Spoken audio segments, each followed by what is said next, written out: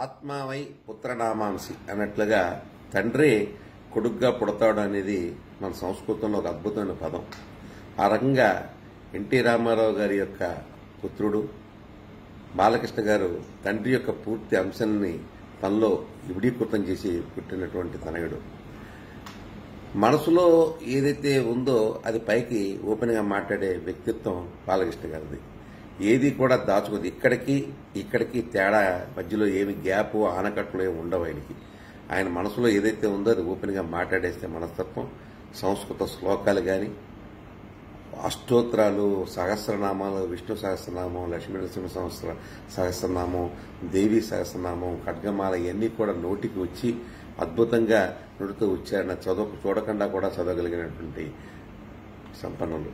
అంతేకాకుండా ఆయనకైనా ముహూర్తాలు కూడా పెట్టగలిగినటువంటి మంచి పాండిత్యం ఉన్నటువంటి సినిమా నటుడిగా, సినిమా హీరోగా ప్రజల హృదయాల్లో చిరస్థాయిగా మంచి స్థానాన్ని సంపాదించుకున్న బాలకృష్ణ గారికి రెండో పార్శ్వం నేను చెప్తున్నాను.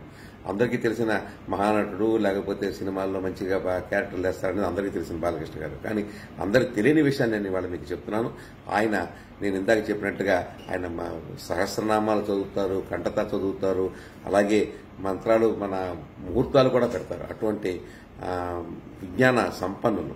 అంతేకాకుండా పూర్తిగా ఏదైనా ఒక పని అనుకుంటే అంకిత భావం, పూర్తిగా కమిటెడ్గా చేసేస్తారు. అందులో మళ్ళీ మాయా మత్సాలు, లేకపోతే ఏదో పైకి ఒక మాట మాట్లాడదాం, లోపల ఒక పని ఇంకో పని చేయడం, ఇంకో రకంగా మాట్లాడదాం, ఇవన్నీ అసలు ఆయనకి రావండి.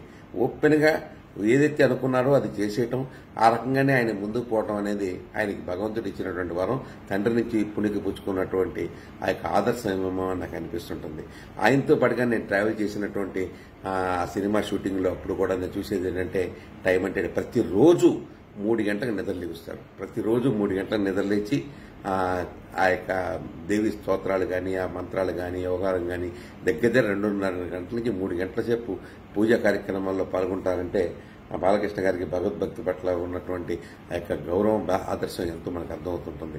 ఈ యొక్క చరాచర సృష్టిని నడిపేది ఏదైతే పరమాత్మ ఉన్నాడో ఆ పరమాత్మతో నిత్యం అనుసంధానమై ఉండేటువంటి వ్యక్తి బాలకృష్ణ గారు.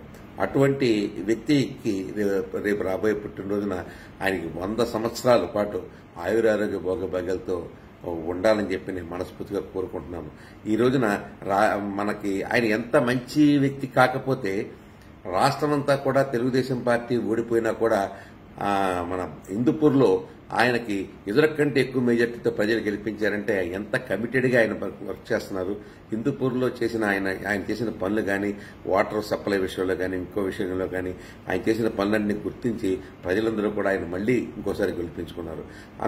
అంత కమిటెడ్. ఇప్పుడు క్యాన్సర్ హాస్పిటల్ తీసుకోండి.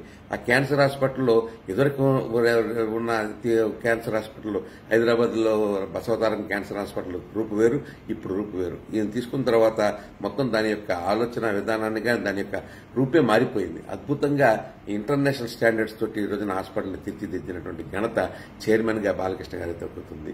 ఇటు సినిమాల పరంగా చూసుకుంటే ఇక ఆయన గురించి చెప్పాల్సిన పని కానీ, ఆయన నటన గురించి మాట్లాడాల్సిన పని కానీ, ఎన్ని పుస్తకాలు రాసినా చాలా. అంటే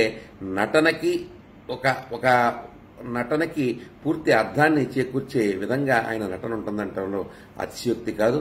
నిజంగా చెప్పాలంటే బాలకృష్ణ గారి యొక్క ఈ సినిమాలు, ఆయన తీసుకునే నిర్ణయాలు, రకరకాల కథలతోటి తీసుకుంటూ మార్పు చేసుకుంటూ, కథల్ని మార్పు చేసుకుంటూ తనను తాను కొత్త కోణంలో చూపించుకోవడం కోసం నిరంతరం శ్రమించే ఒక మంచి మహానటుడు బాలకృష్ణ గారు.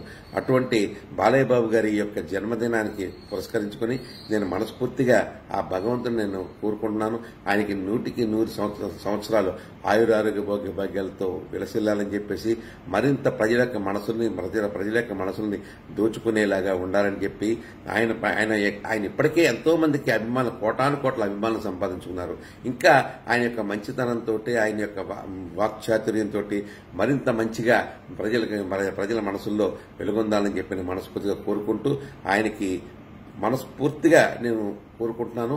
ఆయన చక్కటి ఆరోగ్యంతో ఇంకా ముందు మరిన్ని సేవా కార్యక్రమాలు, మరిన్ని సినిమాల్లో యాక్ట్ చేస్తూ ప్రజలకి ఆనందాన్ని చేకూర్చాలని చెప్పేసి, ప్రజలకి సేవలు చేకూర్చాలని చెప్పుకుంటూ సెలవు. నమస్కారం. బాలకృష్ణ గారు, మీకు జన్మదిన శుభాకాంక్షలు మరొక్కసారి చెప్తున్నాను. నమస్కారం.